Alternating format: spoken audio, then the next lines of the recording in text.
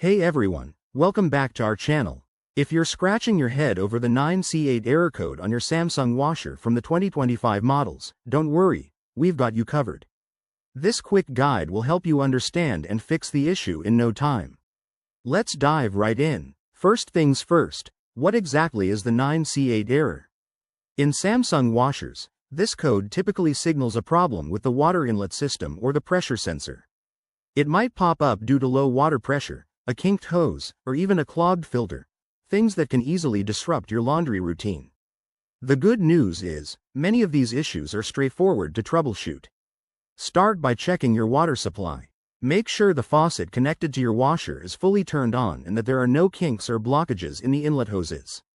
If everything looks good there, try leveling your washer, as an uneven surface can sometimes trigger this error. Next, perform a simple reset. Unplug your washer from the power outlet for about 5 minutes, then plug it back in and run a test cycle. This often clears temporary glitches and gets things running smoothly again. If the error persists, it's time to inspect the inlet filters.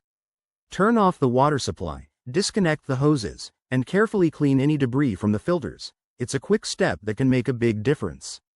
In more serious cases, the problem could involve the pressure sensor or the control board, which might require professional assistance. Don't risk it if you're unsure. Contact Samsung support or a certified technician to avoid any potential damage. Remember, safety is key. Always unplug your appliance before tinkering with it. We hope this helps you resolve the 9C8 error and get back to clean clothes in a flash.